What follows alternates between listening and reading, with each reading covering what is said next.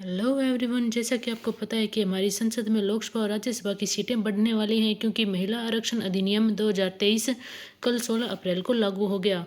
तो इसी के चलते अमित शाह जी ने समझाया कि कैसे लोकसभा की सीटें 850 होंगी और इससे न केवल उत्तरी भारत को बल्कि दक्षिणी भारत को भी फायदा होगा क्योंकि परिसीमन के तहत दक्षिणी भारत की सीटें भी बढ़ाई 850। जाएंगी। तो चलिए देखते हैं कि अमित शाह का इस पर क्या कहना है।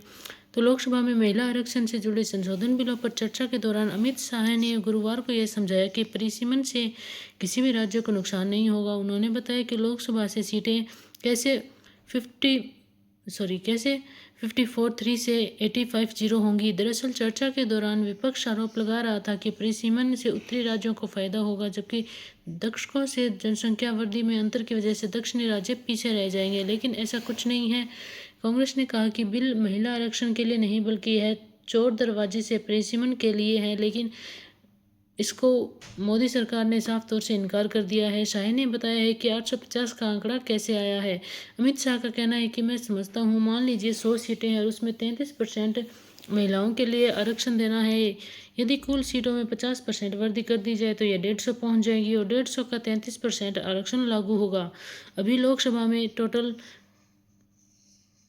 543 सदस्य है। परिसीमन के बाद सीटों में 50% वृद्धि की जाएगी और कुल संख्या 816 पहुंच जाएगी।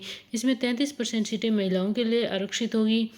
850 एक राउंड फिगर है, वास्तविक संख्या 816 है। तमिलनाडु की जो लोकसभा सीटें हैं वो भी 39 से 59 हो जाएंगी। दक्षिण के पांचों राज्यों की कुल लोकसभा सीटें 129 से बढ़कर 195 हो जाएगी। इनका प्रतिशत 23.76 से 23.87 हो जाएगा। इस तरह प्रस्तावित 50% सीट वृद्धि से दक्षिणी भारत के हर एक राज्य को अधिक सीटें मिलेंगी। तमिलनाडु को 20, केरला को 10, तेलंगाना को 9 और आंध्र प्रदेश को 13 अतिरिक्त सीटें मिलेंगी, यानी इनकी इतनी सीट बढ़ जाएगी। उत्तर प्रदेश के बाद लोकसभा में दूसरा सबसे अधिक सांसदों वाला राज्य महाराष्ट्र होगा, जिसे 24 अतिरिक्त सीट मिलेगी। परिसीमन के बाद संसद दक्षिण से जो होंगे, जो दक्षिण में बदलाव आएंगे उसको आप देख सकते हैं और कुछ इस तरीके से होंगे।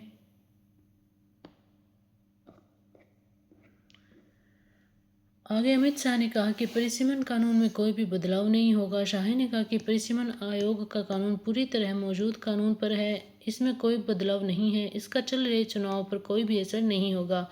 परिसीमन विधेयक के अनुसार कुल सीटों की संख्या बढ़ाई जाएंगी। निर्वाचित क्षेत्रों की सीमाएं 2011 की जनसंख्या के आधार पर तय की जाएगी, यानी 2011 में जिस राज्य में जितनी जनसंख्या थी उस हिसाब से वहाँ की सांसदों की सीटें बढ़ाई जाएंगी।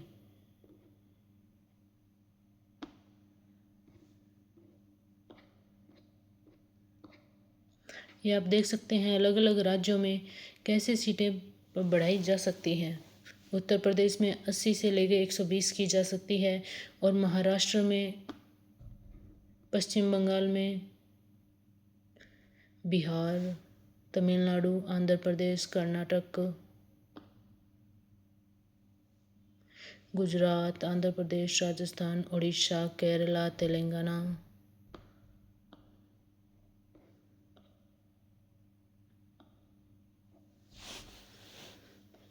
पंजाब, हरियाणा, जम्मू कश्मीर, उत्तर प्रदेश, दिल्ली,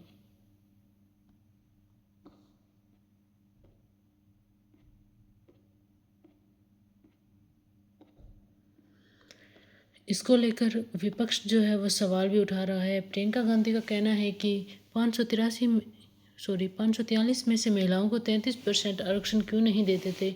अगर पद खोने का डर नहीं तो कुछ लोग इससे अपना पद खो दें ताकि महिलाएं और ओबीसी वर्ग आ सके। यानी प्रियंका गांधी का कहना है कि इन्हीं सीट्स के अंदर महिलाओं को 33% आरक्षण दिया जाए और जो है वो सांसदों की संख्या ना बढ़ी जाए। आपको क्या लगता है? बाकी और भी विपक्ष के लोगों ने अपनी प्रतिक्रियाएं दी हैं जो कि इस प्रकार हैं, आप पढ़ सकते हैं।